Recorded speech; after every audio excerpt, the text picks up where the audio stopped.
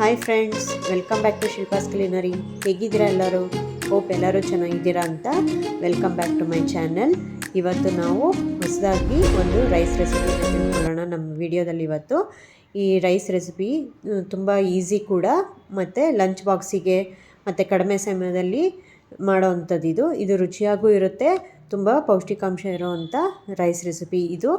ಕರಿಬೇವಿನ ಸೊಪ್ಪನ್ನ ಉಪಯೋಗಿಸ್ಕೊಂಡು ಮಾಡೋವಂಥ ಅನ್ನ ಇದು. ಇದನ್ನು ನೀವು ಲಂಚ್ ಬಾಕ್ಸಿಗೆ ತೊಗೊಂಡೋಗ್ಬೋದು, ಆಫೀಸಿಗೆ ತೊಗೊಂಡೋಗ್ಬೋದು, ಮನೆಯಲ್ಲಿ ಈರುಳ್ಳಿ ಮತ್ತು ತರಕಾರಿ ಎಲ್ಲ ಖಾಲಿ ಆದಾಗ ಕೂಡ ಮಾಡ್ಬೋದು. ಇದು ಕರಿಬೇವಿನ ಸೊಪ್ಪಿಂದ ಮಾಡೋವಂಥ ಪುಳಿಯೋಗರೆ ರೈಸ್ ಇದು. ನಮ್ಮ ದಕ್ಷಿಣ ಭಾರತದಲ್ಲಿ ಅಡುಗೆಗಳಲ್ಲಿ ಕರಿಬೇವು ಎಲೆಗಳನ್ನ ಹೆಚ್ಚಾಗಿ ಬಳಸ್ತೀವಿ. ಇದು ಆಹಾರದ ರುಚಿನೂ ಹೆಚ್ಚಿಸುತ್ತೆ, ಜೊತೆಗೆ ಆರೋಗ್ಯಕ್ಕೂ ಕೂಡ ತುಂಬ ಪ್ರಯೋಜನಕಾರಿಯಾಗಿದೆ. ಪೋಷಕಾಂಶಗಳಿಂದ ಕೂಡಿರೋ ಈ ಕರಿಬೇವು ಎಲೆಗಳನ್ನ ಪ್ರತಿದಿನ ಸೇವಿಸೋದ್ರಿಂದ ದೇಹಕ್ಕೆ ಹಲವಾರು ಪ್ರಯೋಜನಗಳನ್ನು ನೀಡುತ್ತೆ. ಕರಿಬೇವು ಆ್ಯಂಟಿ ಆಕ್ಸಿಡೆಂಟು, ಆ್ಯಂಟಿ ಡಯಾಬಿಟಿಕ್ ಕೂಡ.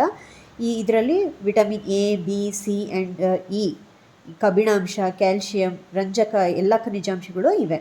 ಬನ್ನಿ ಈಗ ಮೊದಲಿಗೆ ನಾವು ಕರಿಬೇವಿನ ಸೊಪ್ಪಿನ ಪುಳಿಯೋಗರೆ ಪೌಡರ್ ಮಾಡೋದನ್ನು ತಿಳ್ಕೊಳ್ಳೋಣ. ಇದಕ್ಕೆ ನಾನು 1 ಬೌಲಷ್ಟು ಕರಿಬೇವಿನ ಸೊಪ್ಪು ಚೆನ್ನಾಗಿ ತೊಳೆದು ಬಟ್ಟೆಯಲ್ಲಿ ಒರೆಸಿರೋಂಥ ಕರಿಬೇವಿನ ಸೊಪ್ಪು, 1/4 ಬಟ್ಲಷ್ಟು ಕಡಲೆ ಬೀಜ, ನಿಂಬೆಹಣ್ಣು ಗಾತ್ರದಷ್ಟು ಹುಣಸೆಹಣ್ಣು, ಬ್ಯಾಡಗಿ ಮೆಣಸಿನ್ಕಾಯಿ, ಗುಂಟೂರು ಮೆಣಸಿನ್ಕಾಯಿ, ಕಡಲೆಬೇಳೆ, ಉದ್ದಿನಬೇಳೆ, ಜೀರಿಗೆ ಎಲ್ಲ ತೊಗೊಂಡಿದ್ದೀನಿ.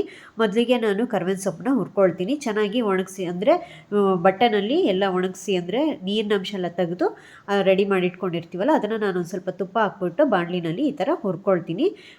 ಕರಿಬೇವಿನ ಸೊಪ್ಪು ಚೆನ್ನಾಗಿ ಹುರ್ಕೊಂಡ್ರೆ ನೀವು ಜಾಸ್ತಿ ದಿನದ ತನಕ ಈ ಪುಡಿನ ಇಟ್ಕೊಳ್ಬೋದು. ಯಾವಾಗ ಬೇಕೋ ಆವಾಗ ಅನ್ನಕ್ಕೆ ಕಲಿಸ್ಕೊಬೋದು ಇದನ್ನು.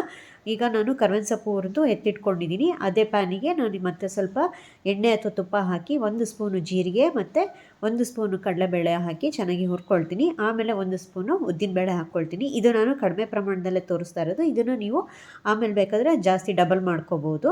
ಆಮೇಲೆ ಸ್ವಲ್ಪ ಕಡಲೆ ಬೀಜ ಕೂಡ ಹುರ್ಕೊಳ್ತೀನಿ. ಮತ್ತು ಎಳ್ಳು 3 ಸ್ಪೂನಷ್ಟು ಎಳ್ಳು ಹಾಕ್ಕೊಂಡು ಹುರ್ಕೊಂಡು, ಬ್ಯಾಡಗಿ ಮೆಣಸಿನ್ಕಾಯಿ ಮತ್ತು ಗುಂಟೂರು ಮೆಣಸಿನ್ಕಾಯಿ 2 ಸಮ ಪ್ರಮಾಣದಲ್ಲಿ, ಬ್ಯಾಡಗಿ 5, ಗುಂಟೂರು 5 ತೊಗೊಂಡು ಅದನ್ನು ಹುರ್ಕೊಂಡು ಸ್ವಲ್ಪ ಹುಣಸೆಹಣ್ಣು ಹಾಕ್ಕೊಂಡು ಚೆನ್ನಾಗಿ ಹುರ್ಕೊಂಡು, ಫಸ್ಟ್ ನಾವೀಗ ಅದು ಸ್ಟವ್ ಆಫ್ ಮಾಡಿ ಕರಿಬೇವಿನ ಸೊಪ್ಪು ಏನು ಹುರ್ಕೊಂಡಿದ್ದೀವಲ್ಲ ಅದನ್ನು ಮಾತ್ರ ತರಿಯಾಗಿ ಪೌಡ್ರ್ ಮಾಡ್ಕೋಬೇಕು ಫಸ್ಟು.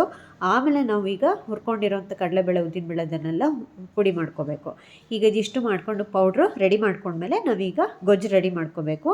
ಅಂದರೆ ಈಗ ಒಗ್ಗರಣೆಗೆ ಹಾಕ್ಕೊಳ್ತಾ ಇದ್ದೀನಿ. ಒಗ್ಗರಣೆಗೆ ಹಾಕಿ ಸ್ವಲ್ಪ ಒಂದು 5ರಿಂದ 6 ಟೇಬಲ್ ಸ್ಪೂನಷ್ಟು ಎಣ್ಣೆ ಹಾಕ್ಕೋಬೇಕು. ಇದು ನಾನು 2 ಲೋಟ ಅಕ್ಕಿಗೆ 5ರಿಂದ 6 ಟೇಬಲ್ ಸ್ಪೂನಷ್ಟು ಎಣ್ಣೆ ಹಾಕಿ ಒಗ್ಗರಣೆ ಮಾಡ್ಕೊಳ್ತಾ ಇದ್ದೀನಿ. ಫಸ್ಟು ನಿಮಗೆ ಬೇಕಾಗಿರೋ ಕಡಲೆ ಬೀಜನ ಹುರ್ಕೋಬೇಕು ಎಣ್ಣೆ ಕಾದ್ಮೇಲೆ. ಆಮೇಲೆ ಅದೇ ಎಣ್ಣೆಗೆ ಸಾಸಿವೆ, ಕಡಲೆಬೇಳೆ ಮತ್ತು ಒಣಮೆಣಸಿನ್ಕಾಯಿ ಎಲ್ಲ ಹಾಕ್ಕೊಂಡು ಒಗ್ಗರಣೆ ಮಾಡ್ಕೊಳ್ಳೋದು. ಸೇಮ್ ನಾವು ಪುಳಿಯೋಗರೆಗೆ ಹೆಂಗೆ ಒಗ್ಗರಣೆ ಮಾಡ್ಕೊಳ್ತೀವಲ್ಲ ಅದೇ ಥರನೇ. ಫಸ್ಟು ನಾವಿಲ್ಲಿ ಕರಿಬೇವಿನ ಸೊಪ್ಪಿನ ಪುಡಿ ಮಾಡ್ಕೊಂಡ್ವಿ. ಆಮೇಲೆ ಈಗ ಒಗ್ಗರಣೆ ಮಾಡ್ಕೊಳ್ತಾ ಇದ್ದೀವಿ. ಅದಕ್ಕೆ ಸಾಸಿವೆ, ಕಡಲೆಬೇಳೆ, ಬ್ಯಾಡಗಿ ಮೆಣಸಿನ್ಕಾಯಿ ಎಲ್ಲ ಹಾಕ್ಕೊಂಡಿದ್ದೀವಿ. ಆಮೇಲೆ ಸ್ಟವ್ ಆಫ್ ಮಾಡಿ ಅದಕ್ಕೆ ನಾವೇನು ಕರಿಬೇವಿನ ಸೊಪ್ಪಿಂದ ಪುಡಿ ಮಾಡ್ಕೊಂಡಿದ್ದೀವಲ್ಲ ಆ ಪುಡಿನ ಹಾಕಿ ಕೈ ಆಡಬೇಕು. ಆವಾಗ ಅದರದ್ದು ಅರೋಮ ಎಲ್ಲ ಚೆನ್ನಾಗಿ ಬರುತ್ತೆ. ಈಗ ಅದನ್ನು ನಾವು ಮುಂಚೆನೇ ಮಾಡಿಟ್ಕೊಂಡಿರೋಂಥ ಉದ್ರಾಗಿ ಮಾಡಿಟ್ಕೊಂಡಿರೋ ಅನ್ನಕ್ಕೆ ಈ ಪೌಡ್ರನ್ನ ಏನು ನಾವು ಗೊಜ್ಜು ರೆಡಿ ಮಾಡ್ಕೊಂಡ್ವಲ್ಲ ಪುಳಿಯೋಗರೆ ಪೌಡ್ರು, ಅದನ್ನು ಹಾಕ್ಕೊಂಡು ಕಲಿಸ್ಕೋಬೇಕು. ನೋಡಿ, ಈಗ ನಾವು ಪೌಡ್ರನ್ನ ಹಾಕುವಾಗ ಎಣ್ಣೆ ಕಾದಿರುತ್ತೆ, ಹಾಗಾಗಿ ನಾವು ಸ್ಟವ್ ಆಫ್ ಮಾಡಿಬಿಡಬೇಕು. ಸ್ಟವ್ ಆಫ್ ಮಾಡಿದ್ಮೇಲೆ ಪೌಡ್ರ್ ಅದಕ್ಕೆ ಹಾಕಿ ಒಂದು 2 ನಿಮಿಷ ಕೈ ಆಡಿಸಿ ಆಮೇಲೆ ಆ ಗೊಜ್ಜನ್ನು ತೊಗೊಂಡ್ಬಂದು ಉದ್ರಾಗಿ ಮಾಡ್ಕೊಂಡಿರೋ ಅನ್ನಕ್ಕೆ ಕಲಿಸ್ಕೋಬೇಕು.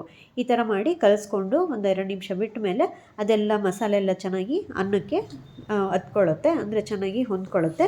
ಈಗ ನಮ್ಮ ಕರಿಬೇವಿನ ಸೊಪ್ಪಿನ ಪುಳಿಯೋಗರೆ ರೆಡಿಯಾಗಿದೆ. ನೋಡಿ, ಇದನ್ನು ಅನ್ನನ ನಾನಿಲ್ಲಿ 2 ಲೋಟ ಅಕ್ಕಿಗೆ 4 ಲೋಟ ಅಷ್ಟು ನೀರು ಹಾಕಿ ಮಾಡ್ಕೊಂಡಿರೋಂಥ ಅನ್ನ ಇದು ಉದ್ರಾಗಿ ಬಂದಿದೆ. ಇದಕ್ಕೆ ನೀವು ಆವಾಗ ಮಾಡ್ಕೊಂಡಿರೋ ಪುಡಿನಾದರೂ ಮಾಡ್ಕೋಬೋದು, ಇಲ್ಲಾಂದರೆ ಮುಂಚೆನೇ ಪುಡಿ ಮಾಡಿಟ್ಕೊಂಡು ಯಾವಾಗ ಬೇಕೋ ಆವಾಗ ಒಗ್ಗರಣೆ ಮಾಡಿಕೊಂಡು ಕಲಿಸ್ಕೋಬೋದು. ಇದರಲ್ಲಿ ನೀವು ತರಕಾರಿ ಹೆಚ್ಚೋದಿಲ್ಲ, ಈರುಳ್ಳಿ ಹೆಚ್ಚೋದು ಬೇಕಾಗಿಲ್ಲ. ಈ ಪುಡಿ ಒಂದು ರೆಡಿ ಮಾಡಿ ಇಟ್ಕೊಂಬಿಟ್ರೆ ನೀವು ಆರಾಮಾಗಿ ಅನ್ನ ಮಾಡಿಕೊಂಡು ಯಾವಾಗ ಬೇಕೋ ಆವಾಗ ಕಲಿಸ್ಕೋಬೋದು. ಇದರಲ್ಲಿ ಉಪ್ಪು, ಹುಣಸೆಹಣ್ಣು ಮತ್ತು ಎಳ್ಳು ಎಲ್ಲದೂ ಇರೋದ್ರಿಂದ ಮತ್ತು ನೀವು ಎಕ್ಸ್ಟ್ರಾ ಹಾಕಿ ಮಾಡಬೇಕಾಗಿದ್ದು ಏನೂ ಇಲ್ಲ. ಸೊ ಇದು ಇನ್ಸ್ಟೆಂಟಾಗಿ ಆಗೋದು. ಪುಡಿ ಇದ್ದರೆ ಬೇಗನೆ ಮಾಡ್ಕೋಬೋದು ಮತ್ತು ಇದನ್ನು ಲಂಚ್ ಬಾಕ್ಸಿಗೂ ತೊಗೊಂಡೋಗ್ಬೋದು. ಈ ರೆಸಿಪಿನ ನೀವು ಒಂದು ಸತಿ ಟ್ರೈ ಮಾಡಿ. ಇಷ್ಟ ಆದರೆ ಲೈಕ್ ಮಾಡಿ, ಶೇರ್ ಮಾಡಿ, ಬೆಲ್ ಐಕನ್ ಒತ್ತಿ ಹಾಗೂ ನನ್ನ ಚಾನಲ್ನ ಸಬ್ಸ್ಕ್ರೈಬ್ ಮಾಡಿ. Thanks for watching.